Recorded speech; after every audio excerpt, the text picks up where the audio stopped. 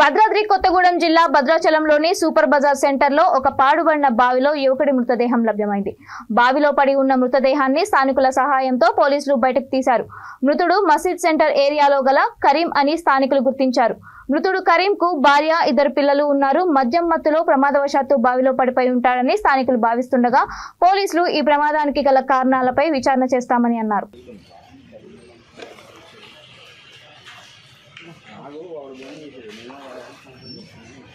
మీతో తప్పకుండా ఉంటుంది అందరూ